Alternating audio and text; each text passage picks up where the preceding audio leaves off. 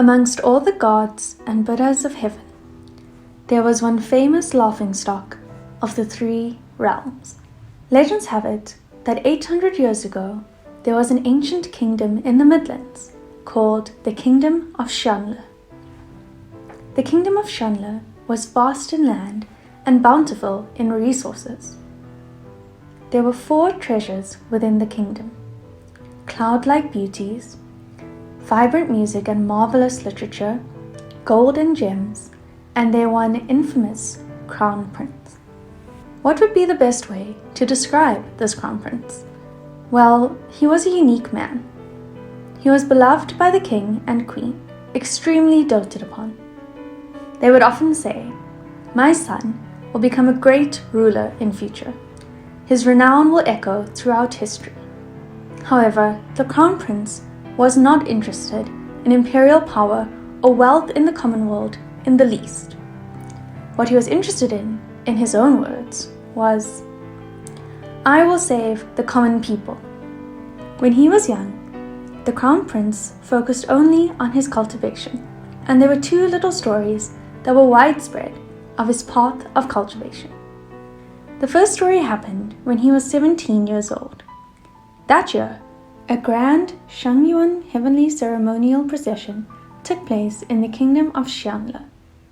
Although the custom of conducting these divine ceremonies has since fallen out of fashion for a few centuries, it is still possible to deduce what a grand occasion of jubilation it must have been from remnants of ancient books and oral tradition. The wondrous Shangyuan festival upon the great Martial Avenue. Seas of people gathered on either side of the grand street. There were royals and nobles talking and laughing in merriment atop the high platforms. The glorious royal warriors, donned in armor, opened the paths, while the maidens danced elegantly, their fair hands scattering flowers. Who was to say whether the flowers or the maidens were the more beautiful? From within the golden carriage came melodious music that drifted in the air across the entire imperial city, and coming last in the procession was a grand stage pulled by 16 white horses in golden bridles. And upon this towering grand stage was the God-pleasing warrior on whom all focused their attention. At the heavenly ceremonial procession, the God-pleasing warrior wore a golden mask. Donning glamorous attire and with a sacred sword in hand, he played the role of a #1 martial god of 1,000 years who subdued evil, the heavenly martial emperor, Junwu. It was the greatest of honors to be chosen to play the God-pleasing warrior. Thus, the selection criteria were exceedingly strict. The one chosen this year was that crown prince. Everyone from all over the kingdom believed that he would bring about the most thrilling performance of the God-pleasing warrior. However, an accident happened that day. During the 3rd tour of the procession, it passed by a city wall that was dozens of meters tall. At the time, the martial god upon the grand stage was just about to slay the demon with a strike. It was the climax scene of the performance. Both sides of the street were at the height of excitement. The top of the city wall was also swarming with people fighting to watch the show, pushing and shoving each other. Right then, a small child fell from the edge of the wall. The screams reached the heavens. Just when everyone thought that the small child would stain the great Martial Avenue with blood, the crown prince looked up, leapt into flight, and caught the boy. The people only caught a glimpse of a white silhouette that flew like a soaring bird before the crown prince already landed with that small child in his arms. The golden mask fell and revealed that young and handsome face behind the mask. In the next second, cheers erupted. The people were thrilled and joyous, but the Guoshe of the Royal Cultivation Hall were troubled. They had never imagined such a huge problem would occur. This was ominous luck, the gravest of misfortunes. The Guoshe were so distraught that they were losing their hair as fast as the rain fell. After much contemplation, they called over the Crown Prince. They very courteously requested him thus: "Your Highness, might you be willing to face the wall in reflection for a month? It doesn't really need to be a month, as long as the intention is there."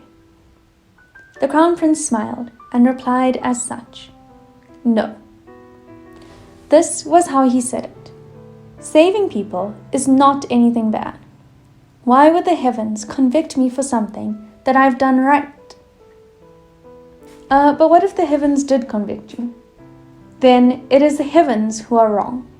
Why would I apologize to those who are wrong? The Gosha could not argue. This Crown Prince was thus such a person.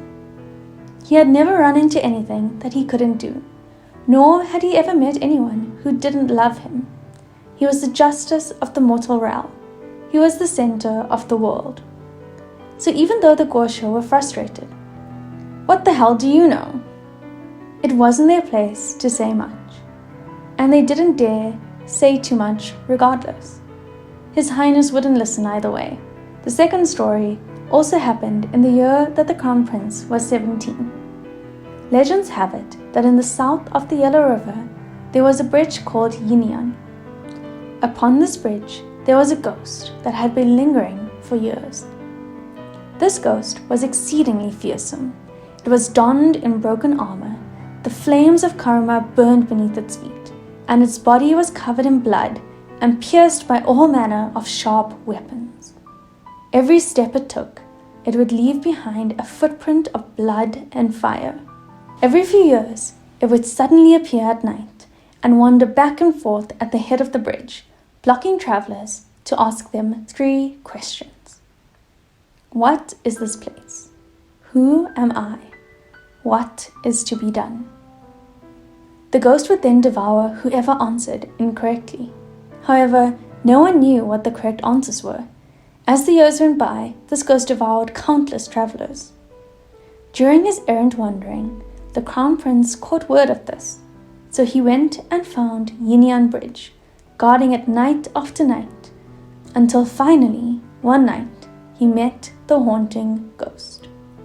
When that ghost appeared, it was indeed as horrifying as the legend said. It asked the Crown Prince the first question, and the Crown Prince answered with a smile: "This place is the human world." However, the ghost replied, "This place is the abyss." An auspicious start. The first answer was already incorrect. Well, all 3 answers are going to be wrong anyway, the Crown Prince thought, so why should I wait till you're done? And so he pulled out his weapon and lunged. This fight was complete chaos. The Crown Prince was skilled in martial arts, but that ghost was terrifying and dauntless. The one man and the one ghost fought so hard that the sun and the moon were toppling. In the end, the ghost was finally defeated. After the ghost vanished, the Crown Prince planted a flowering tree at the head of the bridge.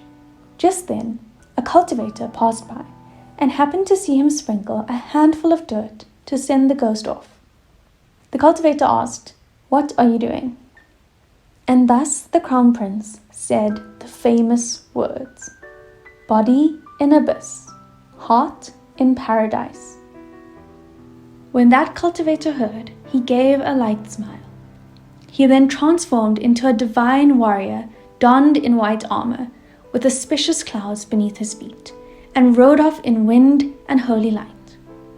Only then did the Crown Prince realize that he had accidentally met the heavenly martial emperor, who had personally descended the mortal realm to defeat evil.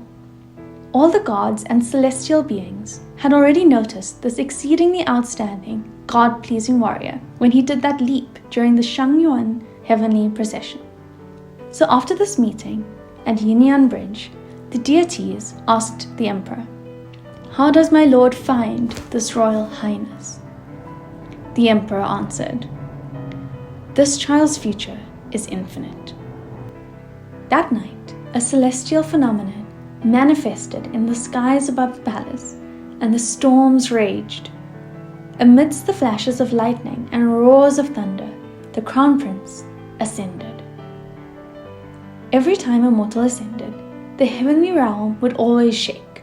When this crown prince ascended, the entire heavenly realm shook with 3 times the normal tremors. To achieve a fruitful cultivation truly was much too difficult. It required talent, training, and chance.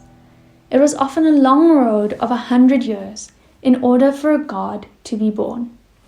It wasn't that there weren't any fortunate souls who became deities at a young age, but there largely existed those who exhausted themselves for their entire lives and trained for 100 years, and still there'd be no heavenly calamities to dawn upon them.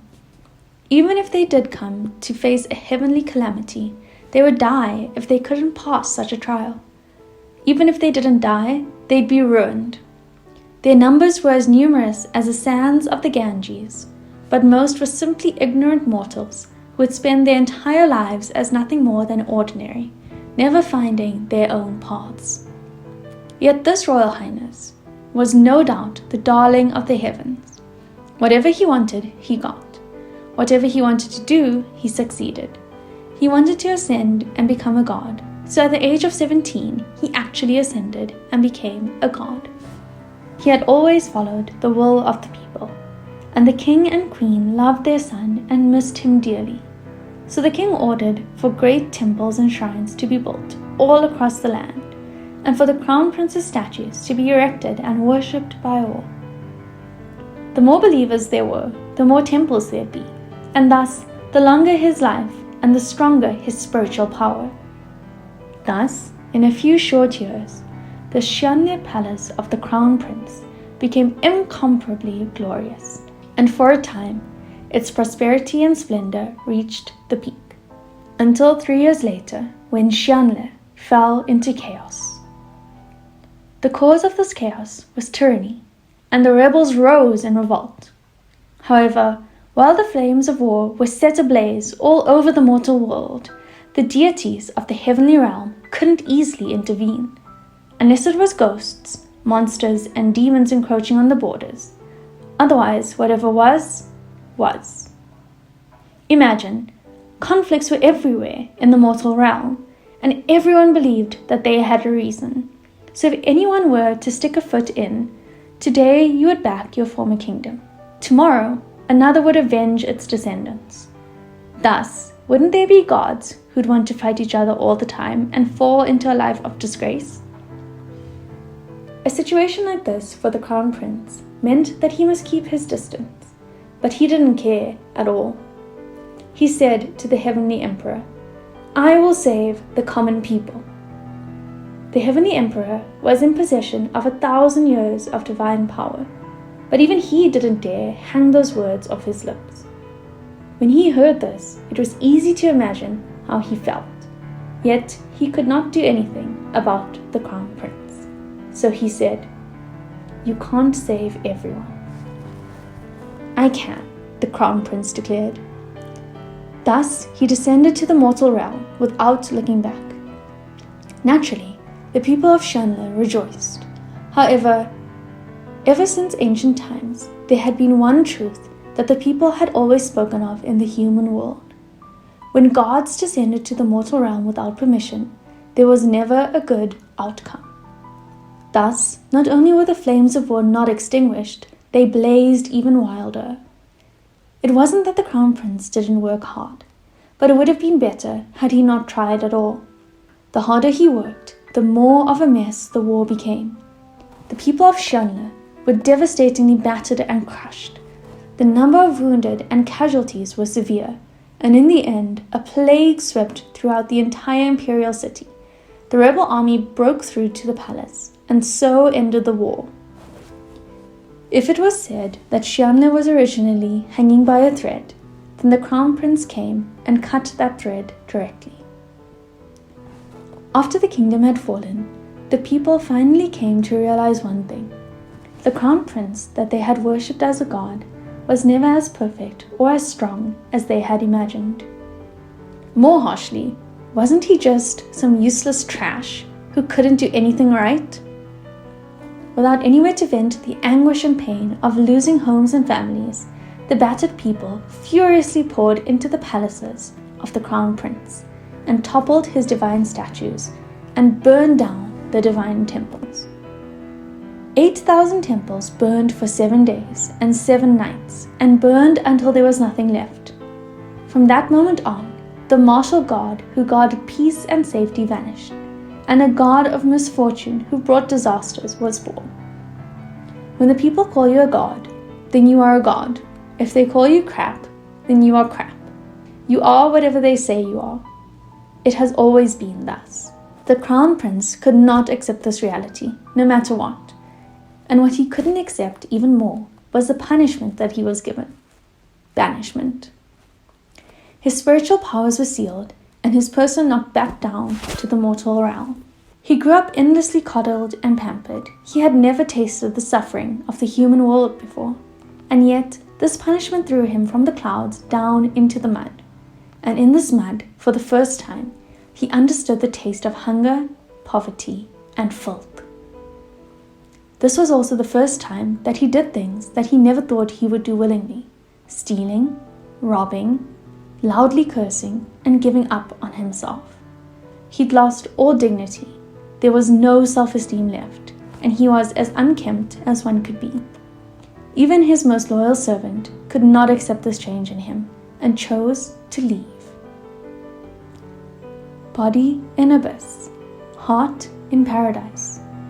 This phrase was engraved on the stone monuments and plaques everywhere in Xianle.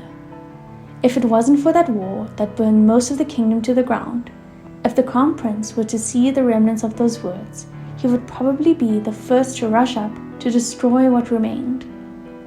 The person who had said those words had personally proven that when the body was in the abyss, the heart could not be in paradise. He had ascended to the heavens quickly, but he fell from grace even faster. That awe-inspiring glance upon the great Marshall Avenue, having met evil at Yinyan Bridge, it was as if it was only yesterday. However, after the heavenly realm whispered for a while, what was past was past. Until after many years, one day, a huge rumble thundered from the sky. This Royal Highness had ascended for the second time. Throughout history, heavenly officials who were banished either never regained themselves or fell into the ghost realm. There had never been many who were able to turn a new leaf after having been banished. The second ascension was fully grand and spectacular. What was even more spectacular was that after he ascended, he charged all the way into the heavenly realm and rampaged in full fury. Thus, he had only been ascended for the spans of one incense time before he was knocked back down again. One incense time. This could be considered the swiftest and the shortest ascension in history. If the first ascension could be considered a beautiful tale, then this second ascension was a farce. Having been banished twice, the heavenly realm looked upon this crown prince with full contempt. And in this contempt, there was also caution. After all, he was already threatening and on edge after the first banishment. Now that he was banished twice, wasn't he going to go berserk and avenge himself against the world? Yet who knew, after getting banished this time, he didn't go berserk, and was even adjusting to the banished life honestly. There were no issues at all. The only problem was, maybe he was taking things a little too seriously. Sometimes he'd busk at the end of the street, expertly playing an instrument and singing any songs, and even shattering boulders on his chest was not beyond him. While there had long been word that this Royal Highness could sing and dance and was a master of many talents, unbelievably, all of his talents were being witnessed in such a fashion, truly making one feel complicated. Sometimes he would diligently and humbly collect junk. All the deities were shocked to the core. Unthinkable that things would reach this point. The point where now, if anyone was to say, the son you gave birth to is the crown prince of Xianle, it would be a curse more malicious than may you die without sons. He was once the noble and gracious crown prince, a heavenly official who made part of the divine ranks. But to have screwed up to this point, there really was no one else. And so, this was the story of a man who was known as the laughingstock of the three realms. After laughing, those who were more sentimental might also sigh. That darling of the heavens, who once stood at such a height, had truly and thoroughly disappeared. Divine statues collapsed, native kingdom destroyed. Not a single believer remained. Gradually, he was forgotten by the world, and thus no one knew where he drifted afterwards. Another many years passed. Suddenly one day, there was another huge rumble in the sky. The heaven fell and the earth cracked. The ground trembled and the mountains shook. The lanterns of everlasting light shuddered. The firelights danced in fury, and all the heavenly officials jolted awake inside their own golden palaces, every one of them running out to ask each other, which new dignitary ascended such a grandiose entrance? Yet who knew? They'd only exclaimed in wonder the first second, when in the next second, all the gods and Buddhas of heaven were thunderstruck. Weren't you done?